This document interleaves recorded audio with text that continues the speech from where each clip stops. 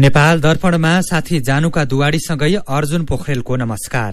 नेपाल दर्पण उज्यालो radio network काठमाडौँमा 90 मेगाहर्जसँगै देशभरि विभिन्न एफएम स्टेशनहरूबाट तथा मोबाइल एप्लिकेशन र अनलाइनबाट संसारभर एक साथ प्रसारण भइरहेको छ। नेपाल दर्पण शुरू गरौं मुख्य खबरका शीर्षकहरूबाट। नेपाली कांग्रेसको 14औं महाधिवेशन भोलिदेखि उद्घाटनमा 4 लाख मानिस सहभागी हुने दावी। महाधिवेशनमा पेश हुने प्रतिवेदन र अनुमोदन सम्बन्धी प्रस्ताव पारित। थप 15 लाख मात्रा कोरोना विरुद्धको मोडर्ना खोप नेपाल भित्रियो। 12 वर्षमाथिका बाल बालिकालाई लगाइने पछिल्लो 24 घण्टामै 3,27,000 जना भन्दा धेरैले खोप लगाए।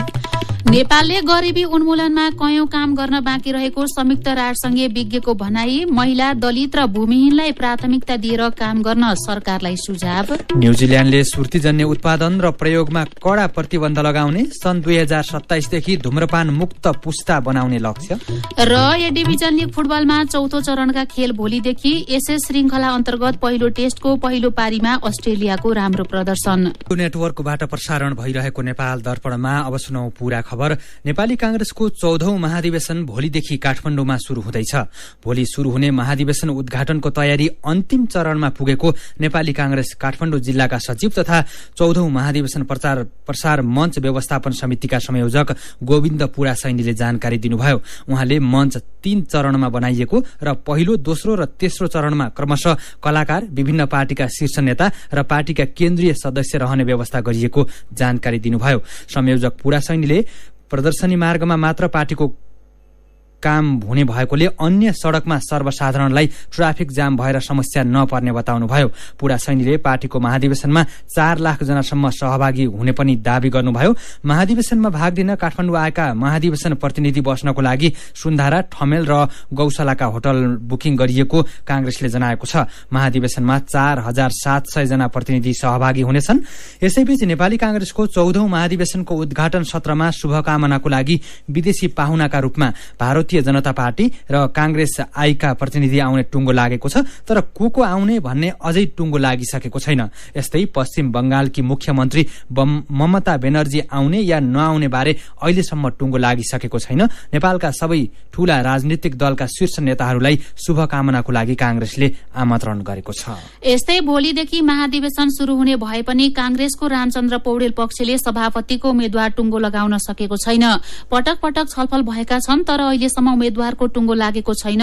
संस्थापन इतर समूहका रामचन्द्र पौडेल, प्रकाशमान सिंह र शेखर कोइराला सभापतिका आकांक्षी हुनुहुन्छ। गएको मंगलबारदेखि साझा उम्मेद्वार तय गर्ने विषयमा इतर पक्ष छलफलमा जुटै छ। आज पनि सहमतिका लागि छलफल भएको थियो।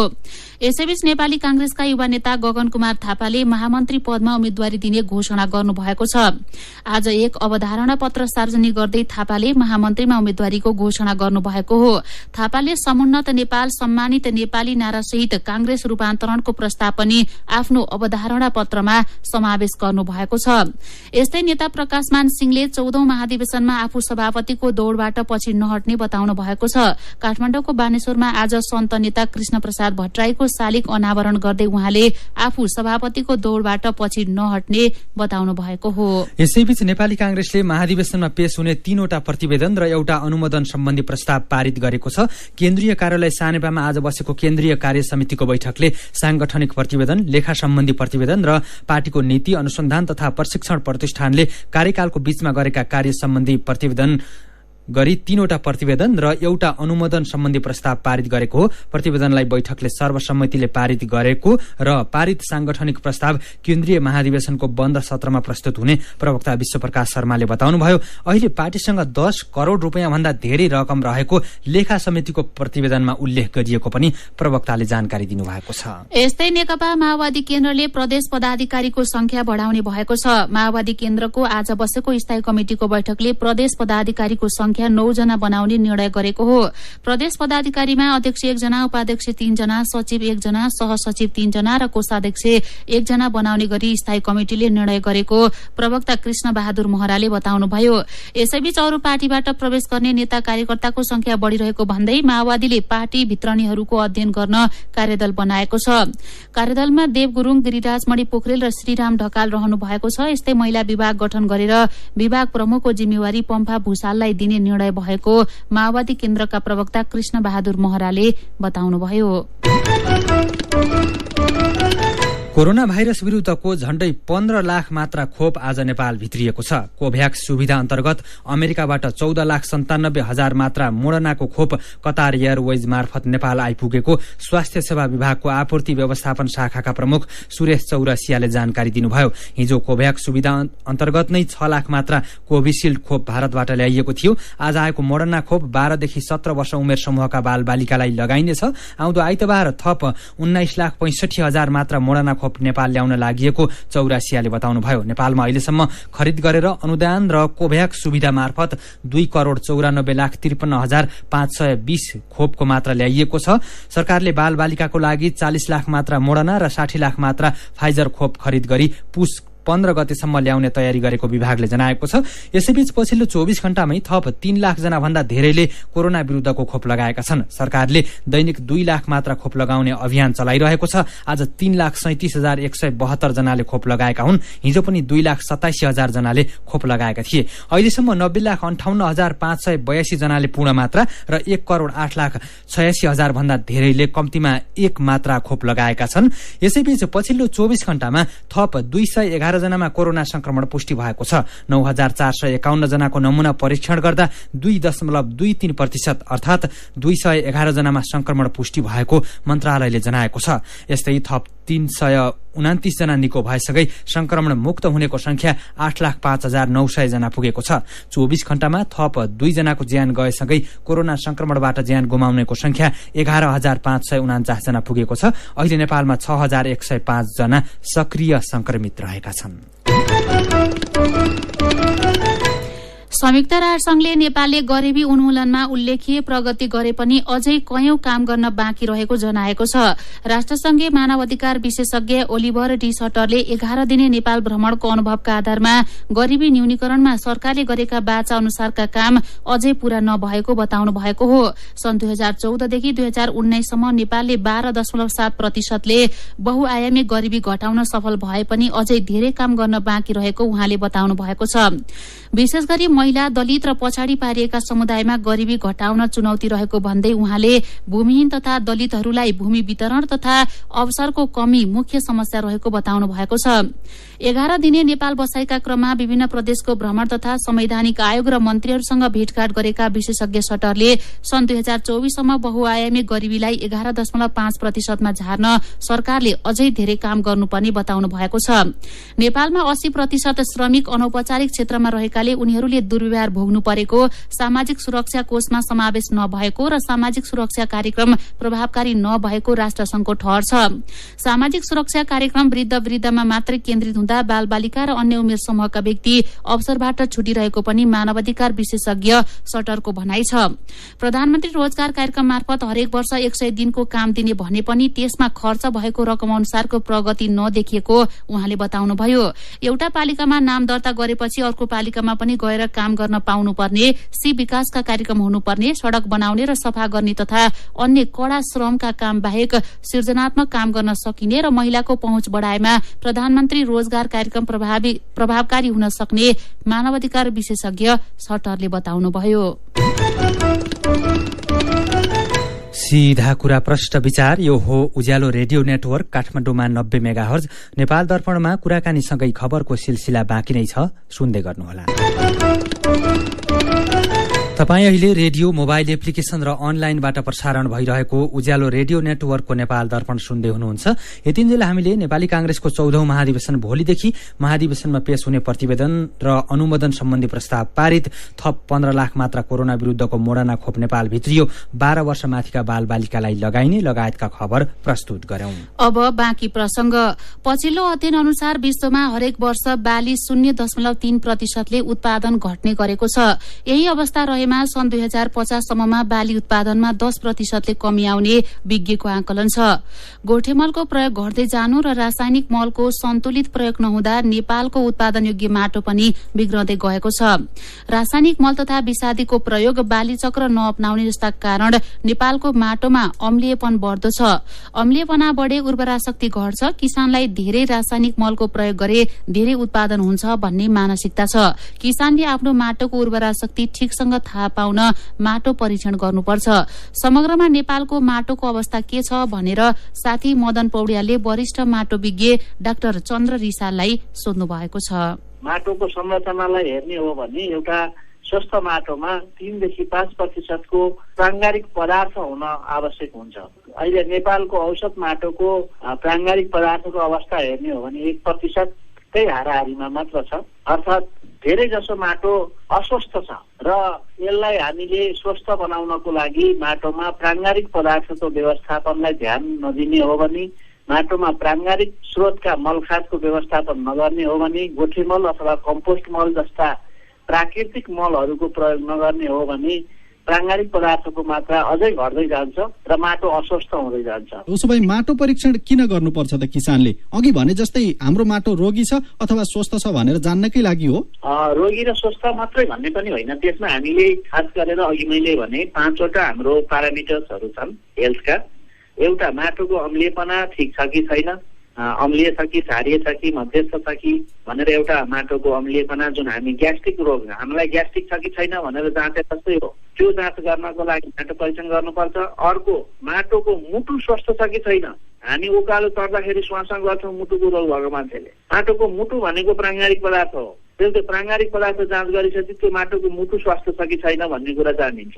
र मुख्य खानेकुराहरू नाइट्रोजन, फस्फोरस, पोटास, यी चिजहरू माटोमा कति छ, माटो बिरुवा लगाउने बालीलाई त्यो पुग्छ कि पुग्दैन, आवश्यकता कति पुग्दैन भनेर जान्नको लागि नाइट्रोजन, फस्फोरस, पोटास पनि जाँच्नुपर्छ। त्यसैले यी 5वटा प्यारामिटर्स चाहिँ हेरेर मात्रै खेती गर्न सुरुवात गर्न, माटोको व्यवस्थापन गर्न, मलखातको प्रयोग गर्नको लागि माटो जाँच गर्ने। भनेपछि यसले बाली वस्तु अथवा उत्पादनमा चाहिँ कसरी असर गर्छ त? माटो जाँच गरिएन भने अथवा गरेर उत्पादन गर्ने हो भने? माटो जाँच नगरिकन प्रयोग गर्ने हो भने तपाईँको के छ भने जेनरल टेन्डेन्सी तपाईँ युरिया मल हाल्ने, युरिया मल अभाव भयो भने मान्छेले 3 किलोमिटरको लाइन लागेर चाहिँ कृषि सामग्री कम्पनीका गोदामहरूमा लाइन लाग्ने। तर खासमा त्यो अब उहाँहरूको जमिनमा युरिया मल अर्थात् युरिया मलबाट पाइने नाइट्रोजन अभाव हो कि होइन भनेर नजाँचिकन लाइन लागेको हो नि त। खासमा आवश्यकता हो कि होइन त भनेर मात्रै परीक्षण गरेर लाइन लाग्न गयो भने त ठिकै हो।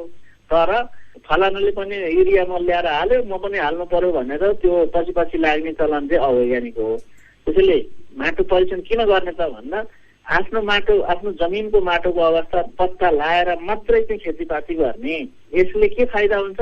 अनावश्यक रूपमा प्रयोग भइराखेका कृषि उत्पादन सामग्रीहरूको स्रोतको समुचित उपयोग हुन्छ। उहाँ हुनुहुन्थ्यो वरिष्ठ माटो विज्ञ डाक्टर चन्द्र रिसाल। नेपाल दर्पणमा फेरि पनि खबरकै सिलसिला। आज भ्रष्टाचार विरुद्धको अन्तर्राष्ट्रिय दिवस मनाइएको छ। संयुक्त राष्ट्रसंघले सन् 2003मा भ्रष्टाचार विरुद्धको अन्तर्राष्ट्रिय महासन्धि पारित गरेपछि विश्वभर हरेक वर्ष डिसेम्बर 9 तारिखमा यो दिवस मनाउने गरिन्छ। भ्रष्टाचार हुन नदिने भनिए पनि नेपालमा भ्रष्टाचार मौलाउँदो छ। पछिल्लो समय नेपालमा 58% भ्रष्टाचार बढ़िरहेको ग्लोबल करप्सन ब्यारोमिटर एसियाको सन् 2020को प्रतिवेदनमा उल्लेख छ। सरकारी कार्यालय भ्रष्टाचार हुने प्रमुख क्षेत्रका रूपमा रहेको पाइएको छ। यसैबीच पदमा बहाल रहँदा भ्रष्टाचार गरेको आरोपमा अर्थ मन्त्रालयका तत्कालीन शाखा अधिकृत उद्धव प्रसाद थपलिया विरूद्ध अख्तियार दुरूपयोग अनुसन्धान आयोगले विशेष अदालत काठमाडौँमा मुद्दा दर्ता गरेको छ। अख्तियारले विशेष अदालतमा थपलिया विरूद्ध 1,64,89,000 रुपियाँ बिगो जरिवाना माग गरेर मुद्दा दायर गरेको हो। थपलिया सेवामा प्रवेश गरेको 2040 साल फागुन 6 गतेदेखि 2075 चैत 30 गतेसम्मको अवधिमा कमाएको सम्पत्ति अनुसार 1,64,89,700 रुपियाँ गैर कानूनी रूपमा देखिन आएको आयोगले जनाएको छ। कर्णाली प्रदेश सरकारले मुगुका आगलागी पीड़ितका लागि राहतको प्याकेज ल्याएको छ। हिजोको मन्त्री परिषदको बैठकले राहतका लागि 61,85,000 रुपियाँ उपलब्ध गराउन जिल्ला प्रशासन कार्यालय मुगुलाई निकासाका लागि स्वीकृति दिएको छ। आगलागी पीड़ितलाई क्षतिको आधारमा 20,000 देखि 4 लाख रुपियाँसम्म राहत उपलब्ध गराउने भएको हो। आगलागीबाट पूर्ण क्षति भएका 20, आंशिक क्षति भएका 5 घर, व्यवसायमा क्षति भएका 26 जना र घर भाडामा बस्ने 25 परिवारलाई राहत उपलब्ध गराउने कर्णाली प्रदेश सरकारले जनाएको छ। लमजुङमा शैक्षिक भ्रमणमा जाँदै गरेको जीव दुर्घटना हुँदा 3 जनाको ज्यान गएको छ, 8 जना घाइते भएका छन्। मर्स्याङदी गाउँपालिका 9 को गणेश माध्यमिक विद्यालयबाट मर्स्याङदी गाउँपालिका 8 बुस्मेका लागि छुटेको ग1ज 63 17 नम्बरको जीव दुर्घटना हुँदा विद्यालयका शिक्षक कपिल वस्तुको बाणगंगा नगरपालिका 8 का कमल राणा मगर, कक्षा 7 मा अध्ययनरत 13 वर्षीय छात्रा प्रमिशा गुरुङ र कक्षा 6 मा अध्ययनरत 12 वर्षीय गणेश भण्डारीको ज्यान गएको जिल्ला प्रहरी कार्यालय लमजुङले जनाएको छ। सीधा कुरा प्रश्न विचार, यो हो उज्यालो रेडियो नेटवर्क काठमाडौँमा 90 मेगाहर्ज, नेपाल दर्पणमा मेरो पनि भन्नु छ सँगै खबरको सिलसिला बाँकी नै छ, सुन्दै गर्नुहोला। विभिन्न रेडियो स्टेशनबाट मेचीदेखि महाकालीसम्म र मोबाइल एप्लिकेशन तथा अनलाइनबाट संसारभरि एकसाथ प्रसारण भइरहेको नेपाल दर्पणमा तपाईंलाई फेरि स्वागत छ। अब बाँकी खबर। लगातार घटिरहेको शेयर बजार आज पनि ओह्रालो लागेको छ। शेयर बजार परिसूचक नेप्से आज 5.84 अंकले घटेर 2449.97 बिन्दुमा झरेको छ। होटल, म्युचुअल फण्ड र अन्य समूहको शेयर सामान्य बढे पनि अरू समूहको शेयर ओह्रालो लागेको छ।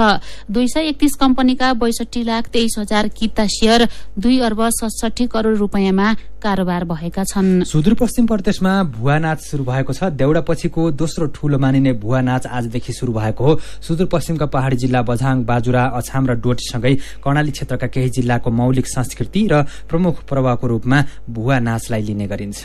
काभ्रेको पनौतीमा 1 महिनापछि शुरू हुने ऐतिहासिक तथा धार्मिक महत्वको 12 वर्षे मकर मेलाको तयारी तीव्र पारिएको छ। माघ महिनाभरि चल्ने मेलाका लागि नगरपालिकाले विविध व्यवस्थापनको तयारी गरिरहेको छ।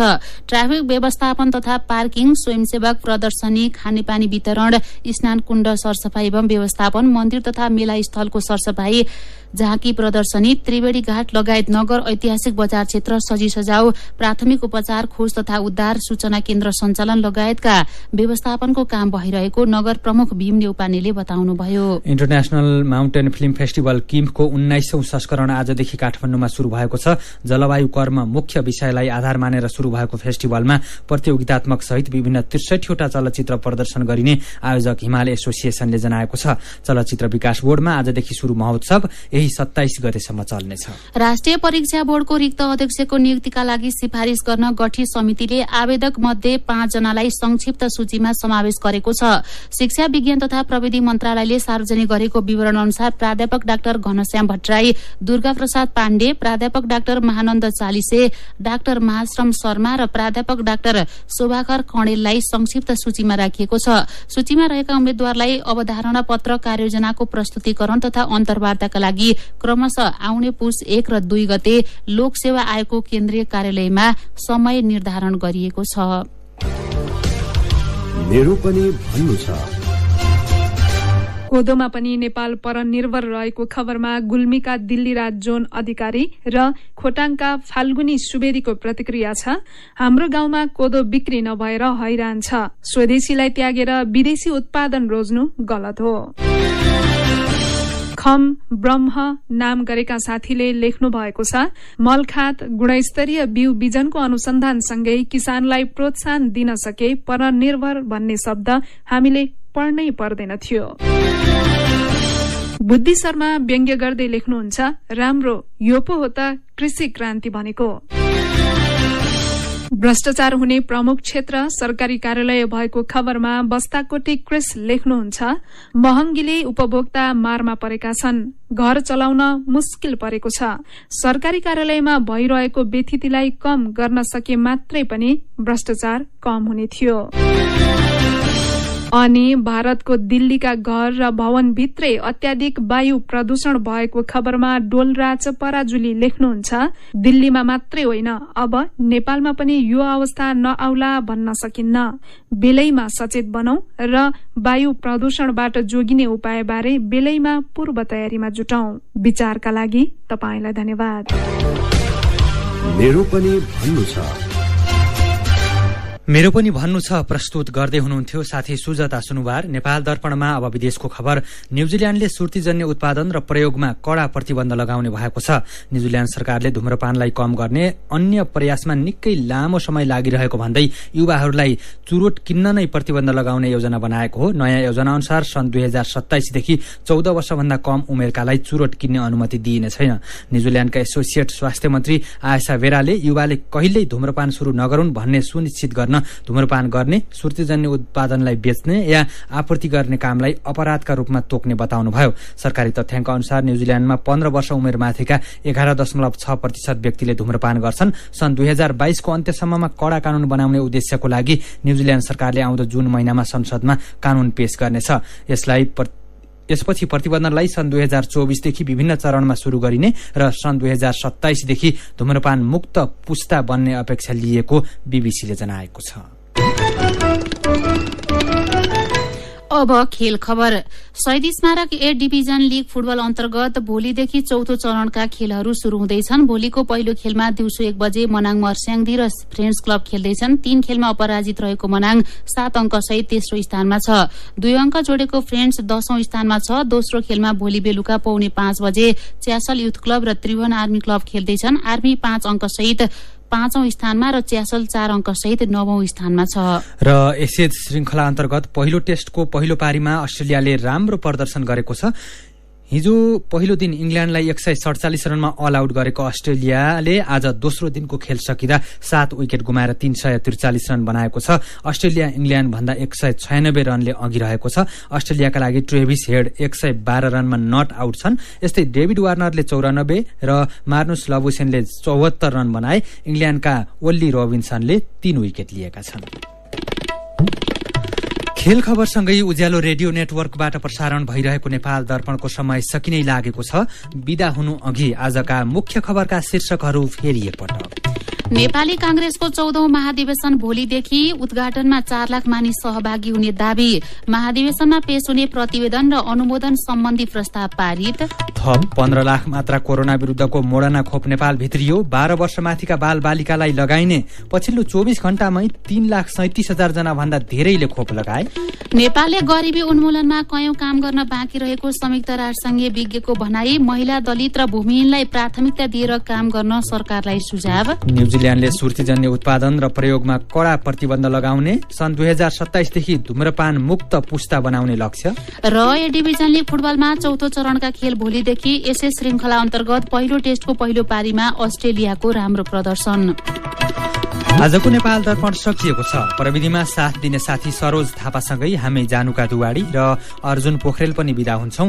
कोरोना विरुद्धको खोप लगाउन छुट्नु भएको छ भने आफ्नो वाडा कार्यालयमा सम्पर्क गर्नुहोला। नमस्कार।